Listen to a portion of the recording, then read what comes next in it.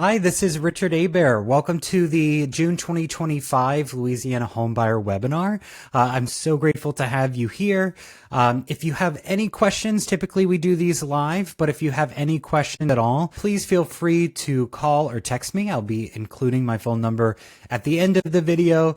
And then also on my website, you can book a free one-on-one consultation anytime right there on my website, and that's richardabairrealtor.com. We've also got plenty of other resources over there, so please feel free to pop over, check that out. And then I want to make sure that you know that I'm here to be a resource for you. And today is really all about informing you of what you need to know if you're anticipating buying a house in 2025. Everything you need to know from start all the ways to getting your keys and enjoying your home. So with that, we'll go ahead and dive on in and get us started. Today, like I mentioned, we're going to be going over everything you need to know. We're going to cover a little bit about myself. Who am I? Why am I talking to you today? The role of your real estate advisor, also known as your agent or your realtor. We're also going to talk about building your team. So building your team, there's not just your agent involved. We also have your lender in most cases. We have inspectors. We have insurance agents. We've got a lot of people involved. So we're going to talk about who those folks are, those key players that are going to make up your team, and also how to identify them and make sure that you have good ones. We're going to go through financing, the pre-approval process, the different types of financing that's available to you, and also the big hairy, scary topic that everybody is talking about these days, and that's going to be insurance. So we're going to talk about what to look for in a home to make sure that you can get the best insurance rates. We're going to talk about flood zones, all those details. We're going to be going over that today. And we're also going to discuss the contract to close process. So what does that look like? Everybody's heard of putting in an offer. Everybody's heard of a closing. But what happens in between those 2 points? And what do we need to know so that we can anticipate any snags in the process and make sure you are as informed as possible throughout your home buying journey? And then at the end, we typically wrap up with Q&A, but because this one is pre-recorded, please feel free, like I said earlier, please feel free to call or text me or book that one-on-one consultation. I want to make sure that if you have any questions at all that pop up in this process or during this video, that we get those questions answered for you. So who am I? Like I said, my name's Richard Abair. I've been a licensed real estate advisor for the past 6 or so years, just over 6. Got some accolades, but this is probably the least important slide in the entire presentation. But that's just a little bit about me. I also was a brokerage coach and training manager for quite a while, and I stepped away from that to focus entirely on my clients. If you have any questions, I love working with first-time home buyers, investors, people who are new to the process in general, and really it is a passion of mine to make sure that everybody feels educated and informed throughout the process. So that's a little bit about me. That's the first place that you'll see my cell phone number. It's 504-617-5184. That's my personal cell phone. So please don't hesitate to call or text anytime. It is pretty much sewn to my body, so you will always be able to get a hold of me there. Let's go ahead and get started with what is my role in all of this. You hear a lot about real estate agents. You might watch them on HGTV or Selling Sunset. A lot of that is a little bit of a misnomer or a misrepresentation. So today we're going to dive on in and talk about what exactly is it that real estate advisor or real estate agent does for you. And then, like we mentioned earlier, we're going to talk about building out your team. So the role of your real estate advisor, we're going to be your primary advocate and guide. So we are there to put your best interests above our own, above anybody else's interest. We are there to act as your fiduciary in this process. So a good real estate agent will take the time to get to know you, to find out what's important to you, to know what you're looking for, how you want to be communicated with, all of those different things we like to find out from you at the very beginning. That way we can provide the best level of service for you, or at least I do, but we want to act in your best interest, and getting to know you as a part of that. During the process, of course, we book showings, we guide you through those tours. You will be accompanied by your agent at every home showing. We're going to be negotiating offers, contracts, paperwork. It is a very legal and paperwork heavy process full of deadlines. So we're going to make sure that none of that slips through the cracks, that we don't miss any deadlines. we're going to make sure that the process flows just as it should. And if any issues arise during that process, we can work through those issues and make sure that we get you successfully to the closing table. And then after closing, it is so important for me personally. I tell all of my clients that I want to earn the status of being your advisor for life. That means that I will continue to be a trusted resource to you. So let's say you may need a contractor, you want to do improvements to your home down the road. I want to be there for you to support you as long as you own a home, or even after you sell your home. I may not be buying a new one, at least in this market. I still want to be able to support you, keep you updated with what's going on in the market, keep you aware of those trends, provide updates on your property value so that you know where you stand in the market if you do have to make any life changes. That is really a goal. I tell everybody after their closing, don't be a stranger. If you don't want to hear from me ever again, you don't have to, but I would really love to be able to continue being that resource for you. All right, so this is something that's a little bit new. If this is your first time buying a home, then everything is new to you. But if you have purchased a home before, or maybe you saw this in the news, but as of August 17th of 2024, all licensed real estate agents nationwide are required to sign something called a buyer broker agreement, or a BBA, with their client prior to touring any homes. I mean, that includes opening the front door of the very first house. So we'll talk later on about a buyer consultation, but that's going to be really important. I want to make sure that you're comfortable working with me, or comfortable working with whichever advisor you end up working with. Having that consultation at the beginning can be very important. That way, when it comes time to sign something like a buyer broker agreement, you know that that's the person for you. So what does a buyer broker agreement establish? It is a legal contract between a buyer and a licensed real estate broker, that's also an agent in this case, ensuring that the buyer receives professional representation. The buyer broker agreement does a few different things. One, it outlines the scope of services. So it tells you everything that we'll be doing in the process. Well, maybe not everything, because it can involve a lot, but it'll say that we'll be identifying and presenting properties, assisting you with the contracts, coordinating inspections, appraisal, service provider referrals, etc. And it also establishes a representation. That means that I can work as your representation throughout this process. Negotiation and inquiries will go through your advisor, and that avoids any potential conflicts of interest. It also provides a buyer or consumer with some different protections. This allows us to treat you with full confidentiality. That means that anything that you share with your advisor that doesn't affect the outcome of the sale cannot be shared outwardly. So what does that mean? Essentially, if you share with us right before you are closing on your house that there was a loss of employment and that would affect the outcome of the sale, of course, that's something we would have to share. However, if there is, let's say we're negotiating on a home and you say, I would like to offer $350,000, but you're willing to go as high as $375,000, I would not disclose that on your behalf that you're willing to go higher than that. That's, private to our parties, and we keep that between us. The thing that the buyer broker agreement establishes, and this is kind of the new part of everything and the reason that it all came about. Prior to August 17th of 2024, agents could log into the MLS. That's kind of our back-end service. You see the front end, whether you're looking at Zillow.com or Realtor.com or Trulia, or if you're even looking on my website, which you can go and take a look at listings there. If you're looking at those, that's the front end. But we can see the back end. That's also where we input information and all of our listings. But previously, a buyer's agent could be, let's say we were showing 2 homes in one day together. We could see what the seller was outright offering the buyer's broker in terms of compensation. So let's say we saw one that was offering as high as 4% and one that was offering 2%. Then in that case, to prevent something called steering, an unethical advisor may try to lead their client to purchase the home that was offering more in terms of compensation. Instead of that gets rid of this. Now, how does that work? You have a preset in your buyer broker agreement, a preset compensation amount. Now, that's not to say that suddenly, as of August 17th of last year, our buyers paying 3% more in cash for homes. The way that we typically do this is at England Volkers New Orleans, we are a full service brokerage. So our fee is 3%. But what we do there is we write that into our offer to request the seller cover it.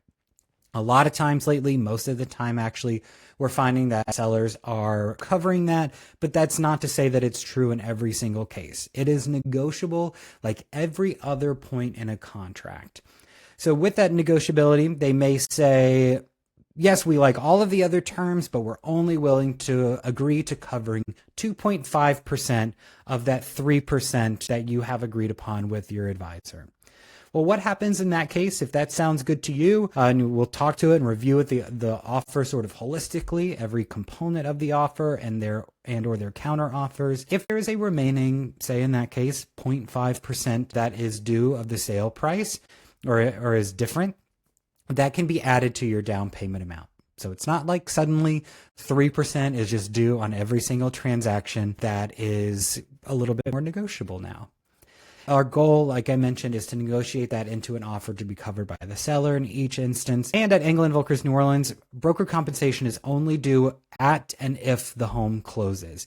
So if you don't buy a home, no compensation is due. Some other brokers may have a fee for service type model where you pay X dollars per showing, X dollars per offer, that type of thing, or a set amount or something like that that's due whether or not you purchase a home.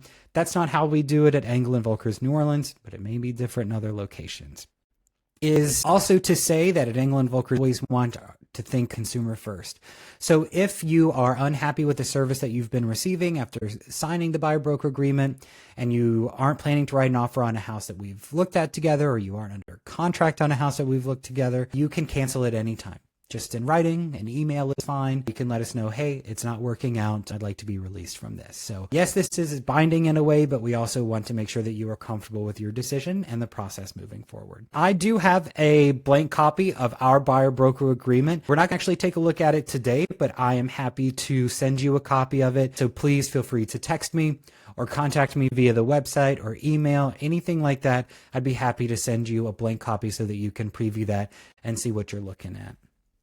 Now let's talk about building a winning team. So like we said earlier, beyond your agent, there are quite a few people involved in successfully getting you from contract to close. That's going to be your mortgage lender or loan officer. This is going to be your chief financial strategist. Essentially, they will be helping you with your pre-approval, going over your different mortgage options, ensuring that you're ready to make a strong offer.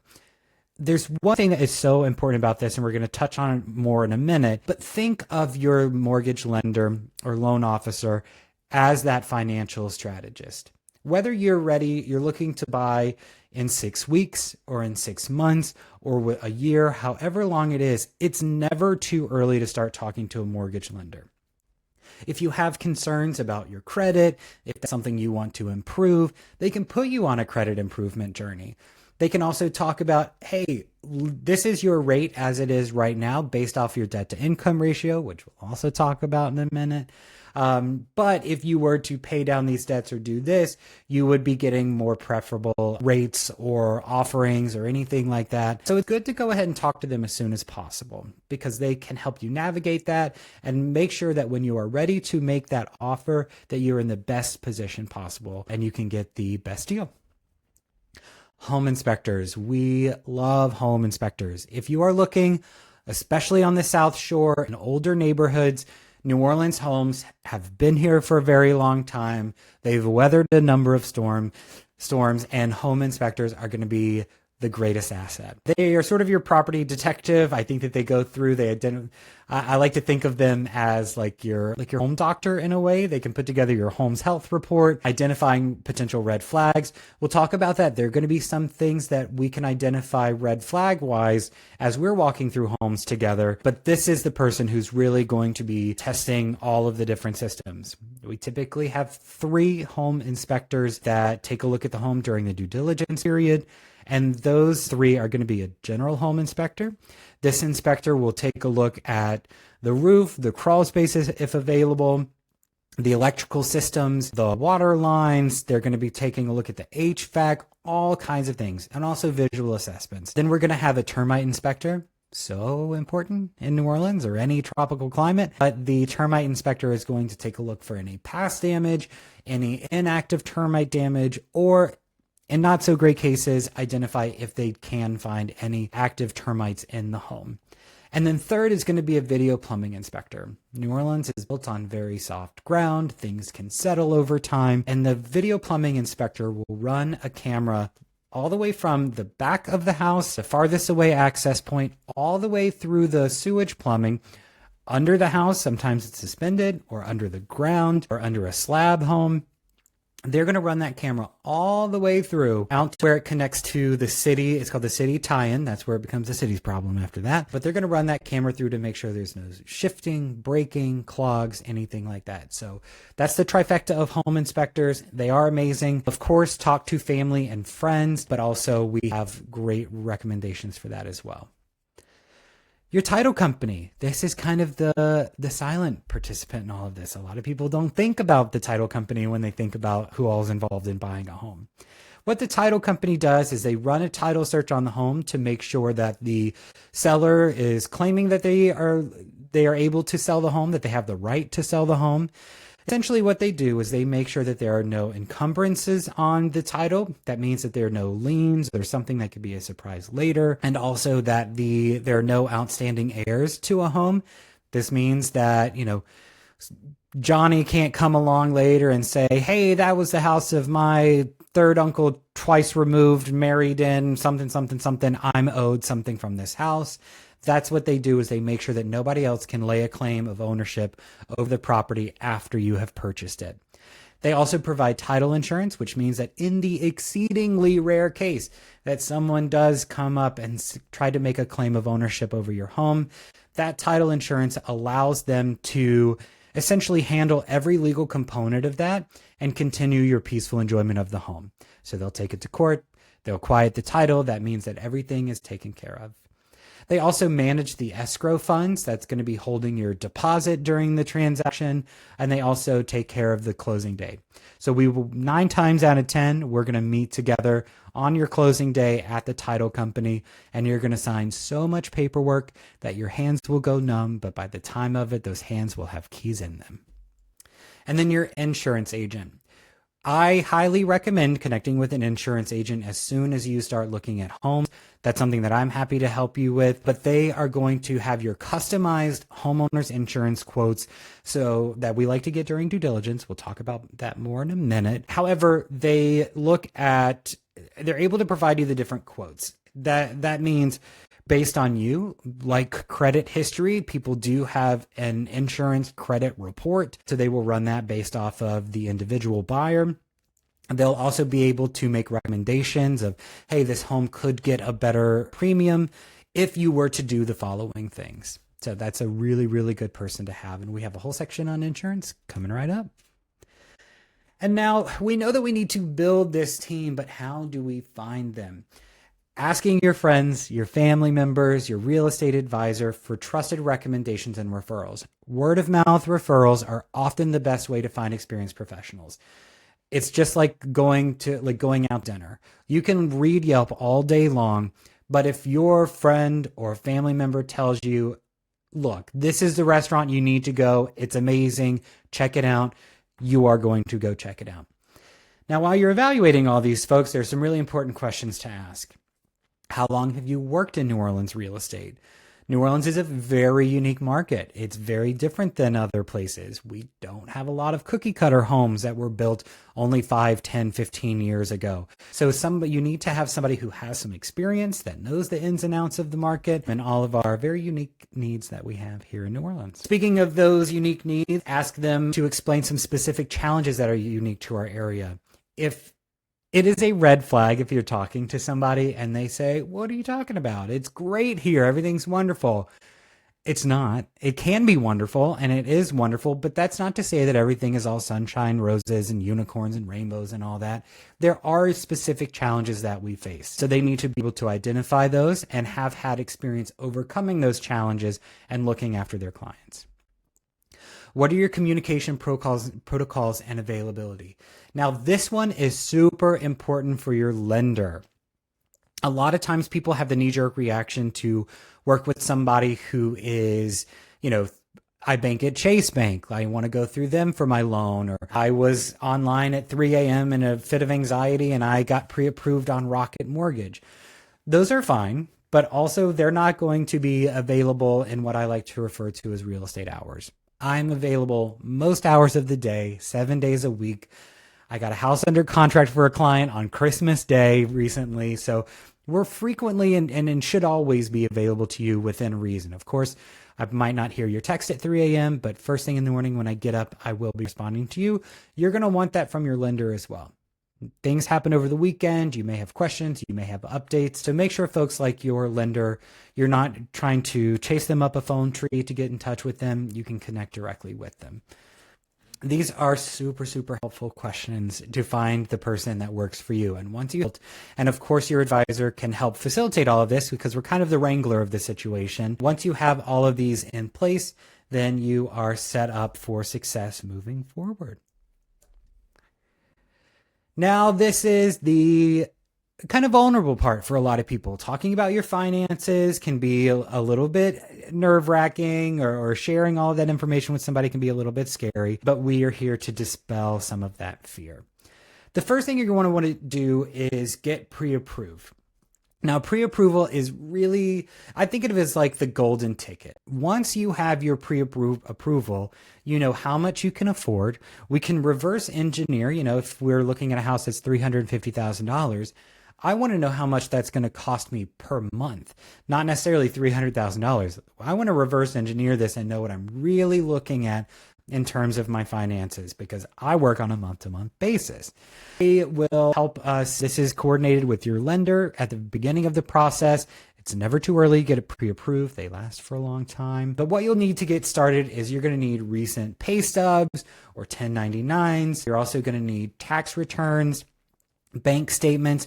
They're not going through there and be like, wow, this person spends a lot of money at McDonald's. At that, they're looking to make sure that you have the savings for your down payment, the reserves that are necessary. If there are any large cash deposits or something like that, they're going to ask for an explanation of what that is, but they're not going through there to judge your spending habits. They just want to know that the money is there and there aren't any questionable large deposits or expenditures. And yeah. They're also going to be looking at your credit history. They can start with a soft pull. So if you are shopping lenders and you want to get rates and quotes from a couple different ones, they can do soft pulls at the start that don't affect your credit history. But once we've selected a lender for you, they'll go ahead and do that hard pull so that they can really lock down your interest rate. Like I said, this is your golden ticket. They're typically valid for 60 plus days. So that can be, I've seen them as long as 180 days. I don't think I've seen one as long as a year. But that being said, if your pre-approval expires and we're still looking for a home for you, that's okay. You can always refresh your pre-approval. You don't have to entirely go through the process. You will provide updated documents, but have no fret and don't feel panicked that you're under the gun in that situation. We move at your timeline. That is so, so important to me, to make sure that you feel comfortable as we're going to move at your pace. And pro tip, start this early. I've said it a number of times already so far, but go ahead and start this process pretty early. That way you know what you're getting into, and it really helps us map your, chart your map for success all the way through to closing. Now, mortgage options. There are so many different options. This is just kind of the main ones here that we're going to go through. Each lender may also have different mortgage products that are available to you. So there's so much that you can do, but we're going to go over highlight some of the most common ones. One size doesn't fit all. We're going to explore the loan that fits you best. As many people know, there's the FHA loan. That is a first-time home buyer loan. That's for a minimum credit score of 580. Ideal for first-time home buyers with lower credit scores or limited savings. Your down payment can be as low as 3.5%. Duty service members, also retired service members, and in some cases for their eligible spouses. These are offers as low as zero down payment, and there's no private mortgage insurance required. So this is really, really a fantastic opportunity for folks in the military or retired from the military. It's a great opportunity. And with VA and FHA, they do require a bit of a higher standard of the home itself. The VA and FHA appraisal will come out and take a look at certain conditions within the home. They want to make sure that there's no peeling paint on the exterior, that there are handrails where necessary, that it has an affixed heating source, that the house is in good condition, because this is the way that you're able to get such lower rates and better opportunities with this is that it is insured by the federal government. So they want to make sure that they're insuring homes that are in really good condition. Conventional loan. Now, this is the one that your parents probably said, you'd need 20% down and it has to be this and blah, blah, blah. That's the conventional loan. You need a 620 plus credit score. It's great for buyers with strong credit and savings. Typically requires a higher down payment. Will say about this though is some conventional loan products allow you to put down as little as 5%. So it's no longer just the 20%. Each lender may be a little bit different, and that's why it's good to go ahead and connect with the lender to find out what all options are available to you. This is a question we get a lot, and this is an answer that changes day to day. What are the down payment assistance programs? Particularly speaking to first-time home buyers on this, but these programs can reduce upfront costs, making homeownership more affordable. As I said, this changes almost on a day-to-day basis. Sometimes there are different governmental funds that have a preset fund amount in the slush fund, but once that's all used up, then it's no longer available for the rest of the year. So reach out to me. It's also specific to the individual borrower. There are first responder grants and loan products available. There are also green programs available. So if you're looking to make sure that your house is energy efficient, there are grant programs available for that. There's also from the city to the state to the federal level, there are different programs available for each level there. And it is very person dependent and very time dependent. And oftentimes it's location dependent. So do please reach out to me. We'll evaluate that and make sure we don't leave any dollars on the table. Now, budgeting for home ownership, we're going to look beyond the purchase price. It's a house that's $350,000. What is that of what I'm going to pay a month? That's also good to know, but we want to know more than that, because once you buy a house, you're going to need to keep up with that house. So let's look at some ongoing costs that you might need to consider. Property taxes, which will vary by location, homeowners insurance that can fluctuate year to year, HOA fees if you're in a neighborhood that has an HOA or a condo building, those may change over time. Typically, if it's a condo building, you will have some involvement in what those HOA fee changes might be, routine maintenance and unexpected repairs. Over on my website, I have a mortgage calculator that's a little bit more accurate than ones that you might find on Zillow. So head over to richardabearrealtor.com. I have one available under buyer resources that has a higher preset insurance amount. If you're doing a mortgage calculator on, say, Zillow or Google or wherever you find one, that's going to be based on national averages. Louisiana loves to be special. And that means that everything's a little bit different, from the financing to the insurance. And those calculators may get your hopes up for something that may not feel or may not end up being right for you. So go on over to my website, use that mortgage calculator, and it gives you a little bit more of an accurate estimate based on Louisiana numbers. If you click advanced, it's already simplified and preloaded with helpful information. But if you click advanced, and let's say that you know for sure what your insurance rate would be or your tax rates would be, you can go in there and change those and make it correct for your specific case. And we want to build a realistic budget that incorporates these additional costs. If it feels uncomfortable, if you're really pushing the top end of that budget, let's talk about reevaluating that a little bit. I don't want you to be in over your head at any point when you purchase your home. And so along with that, think about setting aside 1% to 3% of your home's value annually for unexpected repairs and maintenance. That could be plumbing, HVAC, could be siding, touching up things, roofing repairs. Things happen over time. Make sure that you have some money set aside to continue to look after your home. Now, how do you get ready for this? Let's talk about building a strong foundation. Everybody loves a strong foundation, but here are some ways that you can boost your credit score. Pay down your debts and lower your credit utilization ratio. The golden standard is going to be under 30% credit utilization. Dispute any inaccuracies on your credit report. don't be afraid to go over there and open that credit report. You may be surprised that there could be inaccuracies on your credit report. You can and have those taken off, and you would be surprised how much your credit score can jump. Now, I'm going to look you in the eyes when we say this.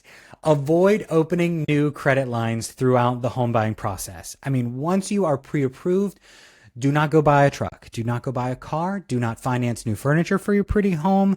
Do not alter your credit spending.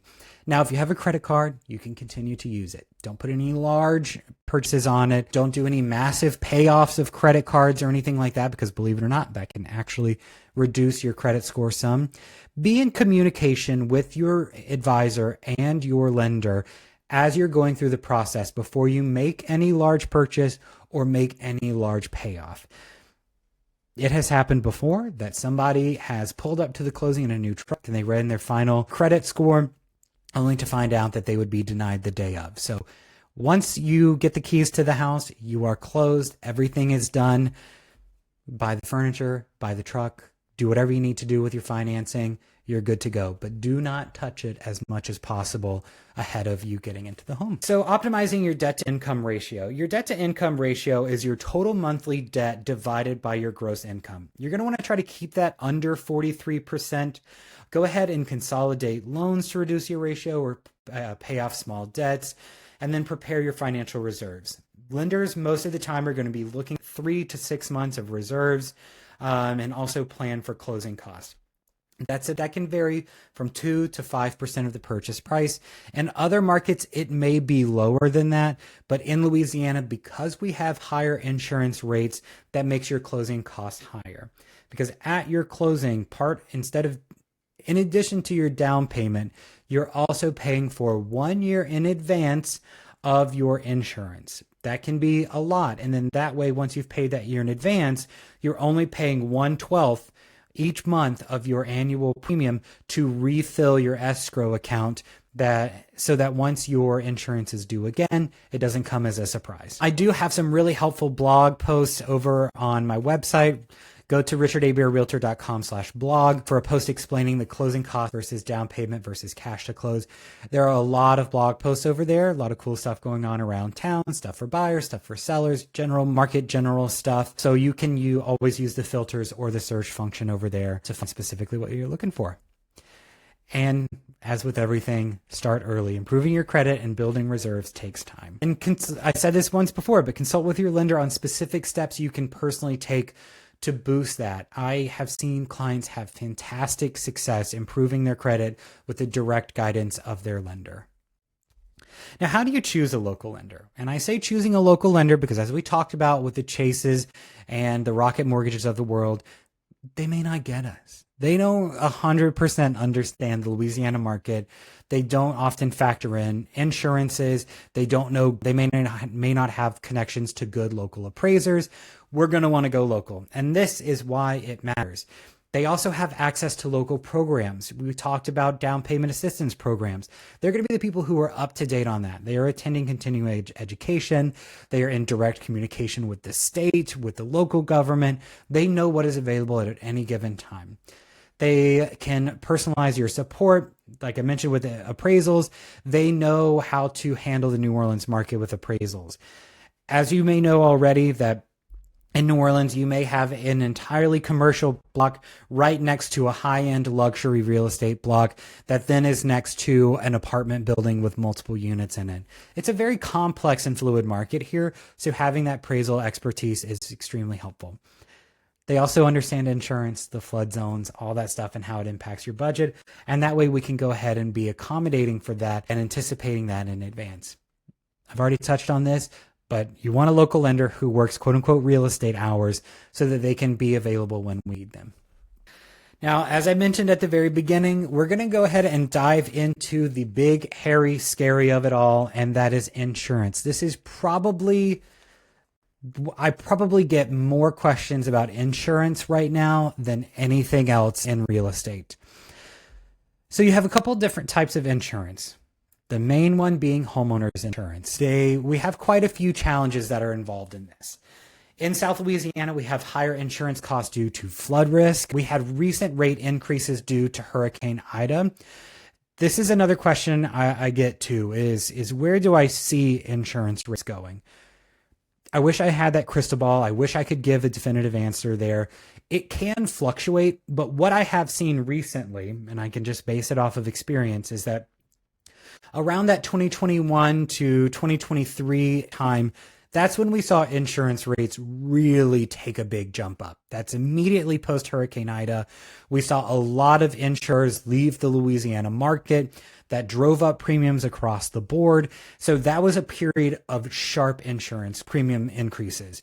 So if you've heard the horror stories about somebody having their insurance premium doubled or tripled or anything like that based on where it was, those have kind of stabilized at this point. So now that you're new to this real estate conversation, we'll be able to quote those kind of with all of that information factored in. I have seen some clients having great success decreasing their insurance lately. As I mentioned earlier, that's a way that I want to be a resource for all of my clients, is continuing to help you, whether it's get better insurance premiums over time. That's something that you can get quoted at any given time after you've closed. That is something we want to help with. I was able to recently help a client get a $10,000 roofing grant from the state that was able to install a fortified roof on their double over in the Bywater.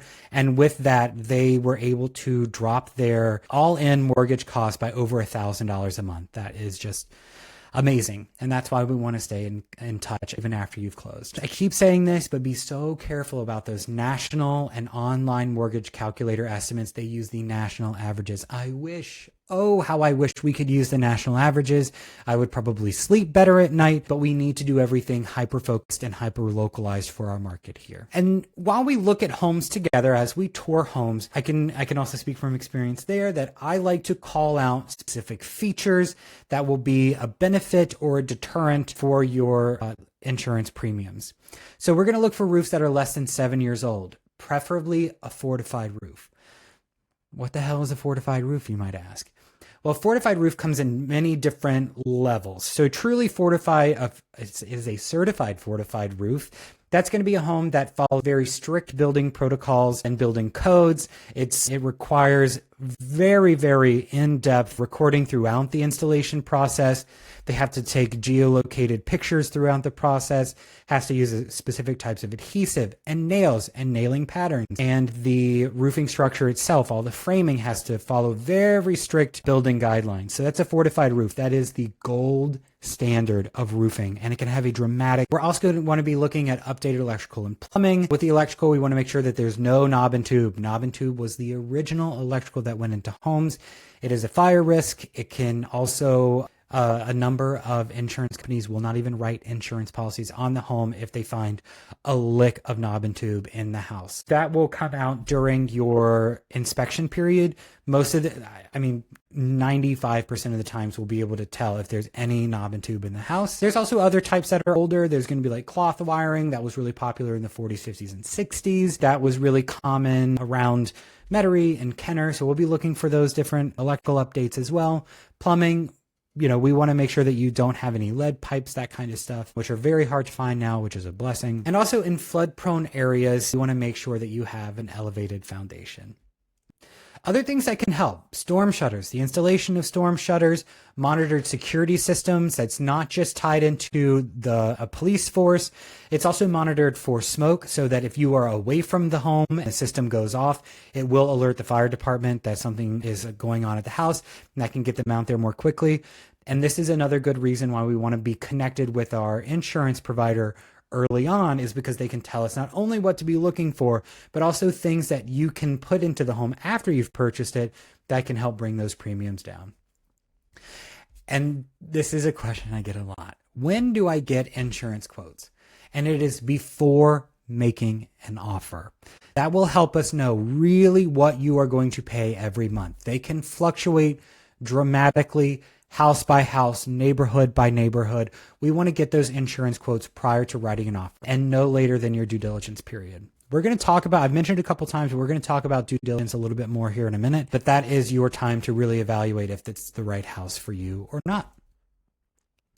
Oh, flood insurance. Understanding a property's flood zone is crucial because it can tell you if insurance is required or not, or what you might be able to expect in terms of insurance costs. And we have two primary flood zones here in Southeast Louisiana. that's going to be X flood zone. X flood zone's the best. X flood zone is music to our ears. That means that insurance is not required by your mortgage company. That means that I believe it's something like a 0.2% or a 1% chance each year. It's really the best that you're going to be able to get here. And then AE flood zone is the second best, but it is a slightly higher risk. It's very common in Southeast Louisiana. And if you do have a home in an AE flood zone, it's not the end of the world, but flood insurance is going to be required by your lender. And if you're looking on the North Shore, there are a variety of flood zones up there. They have wetlands, they have different plains, all kinds of different things. So if that is an area that you're interested in, we can talk further about that. They do have X and AE flood zones on the North Shore, but they also have kind of a plethora of other options that mean different things. So we can talk about that more in detail. And how do you check the property's flood zone? Of course, talk to me. I've got some quick resources on how to check that. You can also check within the listing. A lot of times, if it is in an X flood zone, they like to scream that from the rooftop. So you'll find that right there in the description of the home. But also this website right here is a link to FEMA's website. FEMA controls all flood insurance besides a couple different companies. But the National Flood Insurance Program, that's NFIP, is run by FEMA. And you can go into this website here, type in a home address, and it will tell you exactly what that flood zone is for that specific home. All right, now let's get to the exciting part of this all. We've got the big hairy scary out of the way, and now we can move on to the contract to close process. So let's find out, how long does it take? What all is involved? Where do we go from here? All right, we have fallen in love with the house. We found a house that we just can't imagine ourselves not living in. We dream about this house. We've envisioned where we're going to put furniture. We love all this. Now, how do we get in that sucker? This is where all of the moving parts start. This is when we make an offer. An offer becomes a contract, and then the contract takes us down to the closing day. And on average, this takes 30 to 45 days. VAs tends to take about 45 days, but I will say with a specific lender in town, I have been able to close a VA loan in as short as 17 days. That was amazing. I've also gotten clear to close for a client within 7 days. So this is just a general earmark when you're preparing to purchase a home. You might be in a lease currently that you cannot break, but be thinking about 30 to 45 days from contract to close. And you can boil that down into 4 primary steps. 1, making an offer. How to craft a competitive offer. That's very communication based. We're going to be looking at a number of different components when we're crafting a competitive offer. We're going to be looking at days on market. How long has the home been on the market? Have they been doing price decreases? What's the price history with it? What are the comparable homes in the neighborhood that have sold? Is that the correct price for this house? And also we can be looking at things sort of in tandem with, do we do a reduced offer price? Or do we do a combination of reduced offer price and also try to get you some closing costs paid for so that you can bring less cash to the table if, say, for instance, you want to do any cosmetic changes to the home, or if you want to purchase brand new furniture, put up wallpaper, whatever it is that you want to do, you just want to save some money in your pocket. We can look at doing that balance between sale price and closing costs. What terms to include? There's a lot that goes into the offer. If you reach out to me via text me 504-617-5184. Reach out to me on the contact form on my website or email me, richard.abear@erealestate.com. I can send you a blank copy of the Louisiana agreement to buy or sell. That's the offer. That also, once an offer is accepted, it becomes the contract. I can send you a blank standardized version of it so that you can go ahead and get it. It's 12 or 13 pages of juicy, juicy legal language. Probably the most thrilling read you'll ever have in your life. But I can go ahead and send that over to you so that you can see where we'll be including the price inclusions. That means like appliances and window treatments or furniture or a hot tub, that kind of stuff. Due diligence period, contingencies. Do you need to sell another home in order to purchase this one? I've seen contingencies that were like, my kid needs to get into Tulane, or I need to get this job that I'm waiting to get the final offer on. And also seller concessions. That's also concessions and closing cost credits. That kind of goes hand in hand. They're pretty much the same thing. And then once your offer has been accepted, we jump right into the due diligence and inspection period. This is a very critical period. During the first 72 hours after your offer is accepted, we need to get your earnest money deposit into the title company that we talked about earlier. That's typically about 1% of the purchase price. $350,000 home. The deposit's about $3,500, and that has to be in within 72 hours.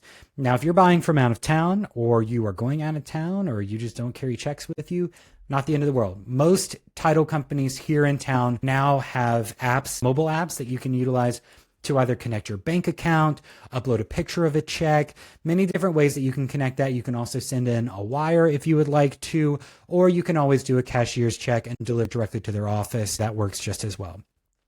On average, I would say the due diligence inspection period lasts about 7 to 14 days. That is something that is negotiating the offer. I sort of earmark 12 days now, unless there's something that changes there. 14 days is a lot. Most sellers aren't going to be comfortable with that. And that starts the day after your offer was accepted. And what happens during that period? That's when we get the holy trinity of inspections done, the general, the termite, and the video plumbing. We're going to be taking a look at you, making sure that your insurance costs are good. We're going to be making sure that this is the right house for you. If you want to go by at different times of day, different days of the week, if you want to bring your cousin by or a partner or whatever it is, this is your time to do it. If you want to make sure that your heirloom dining table fits in the dining room, this is the time to be doing that. I would also say on average for a standard single family home size here in New Orleans, all in between those three inspections, it costs about $850 to $1,000. That can vary. It can be lower, it can be higher, but that is kind of the average for those three inspections all in. Unlike your deposit, which can be returned to you if you cancel for any reason during the due diligence period, the inspections are paid to independent contractors. So that is the only money that if you have to cancel during your due diligence period, that's the only money you can't get back. However, it is possibly the best money you'll ever spend in your life. Now, moving on, we have gotten through inspections. At the end of inspections, maybe there's another round of negotiation. If we found some major items that needed to be repaired, we can either ask for credits or ask the seller to repair it, a combination of those three. We just go into another round of negotiations. And let's say we've successfully negotiated that, or the house is in great shape and we're like, it's fine as she is, like, let's just go for it. Once we have satisfied that, then we move on to the appraisal process. You and me really don't have much to do with the appraisal process itself because it is designed to be a third-party valuation of the home's value. We will not really be engaged in that in any way. I won't meet the appraiser. They come out, they evaluate the home, they run market comps to make sure that the house's sale price, your contract price, is reasonable for the market, and it ensures that you're not overpaying. This is a question we get a lot. What happens if the appraisal is low? A couple different things can happen. This is rare, but it does happen. So let's say we're still talking about that $350,000 house. You're under contract on it for $350,000, but your appraisal comes back at $340,000. Within 3 days or so, that's also set in the offer, but within a certain period of time, then we will submit something called a notice low appraisal. We say, hey seller, the appraisal came back, it's $340,000. Can you lower the sale price to $340,000? Because the lending institutions will not lend you more than the appraised value. So we submit that. We ask if the seller will reduce it. In an ideal society, we have the seller agree to reduce it to $340,000. We move right ahead. Now, if the seller doesn't agree to it, there are a couple other things that can happen. There can be a combination of like we meet in the middle. You add half of that amount to the down payment. Like you add $5,000 to the down payment and they'll reduce it to $345,000. That's one option. And then the other option is you can make up that full amount. And then the remaining option is if we cannot come to an agreement on that, you are not obligated to move forward. You can cancel and receive your deposit back in full in that case. Once that's back, really things kind of go kind of quiet. There's a little period there. If there's anything that we need to wrap up with financing, if there are any last questions, of course, they're going to rerun your credit right before. But that brings us to closing day. So what actually happens on closing day? Once you get clear to close, we'll connect you with my assistant, and I like to send a big overview email of all the different utilities that you need to set up in your name, any last minute bits of information. We're going to send you that email for you to set up your utilities at least about 3 days ahead of closing. That way you can have this utility set up to start the day of your closing. That way, as you're moving in, the lights don't suddenly go out and you're like, how in the hell? Is there something wrong with the house? No, we just haven't switched over the power yet. The day before or the day of your closing, we're going to do a final walkthrough of the home.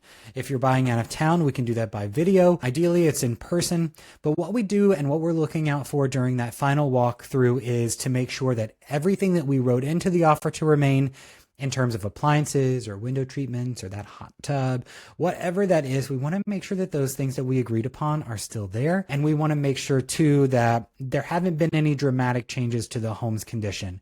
The home should be in as good of or better condition as when we did the inspection. Of course, we can bring the inspector out ahead of closing to make sure any repairs were completed satisfactorily.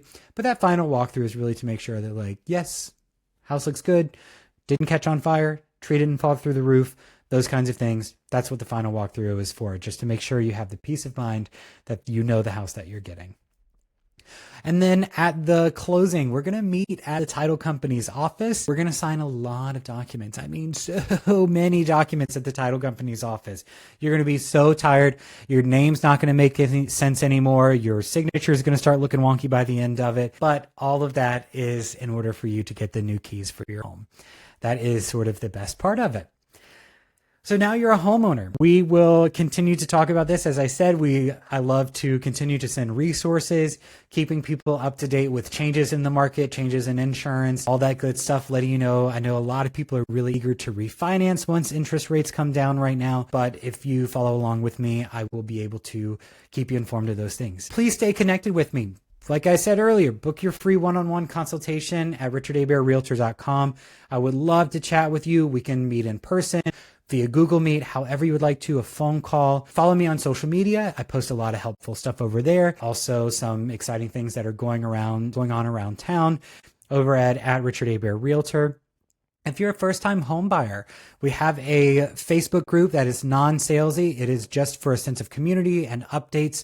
I can send that link to you, or you can search New Orleans area first-time home buyers, and you can call or text me anytime at 504-617-5184.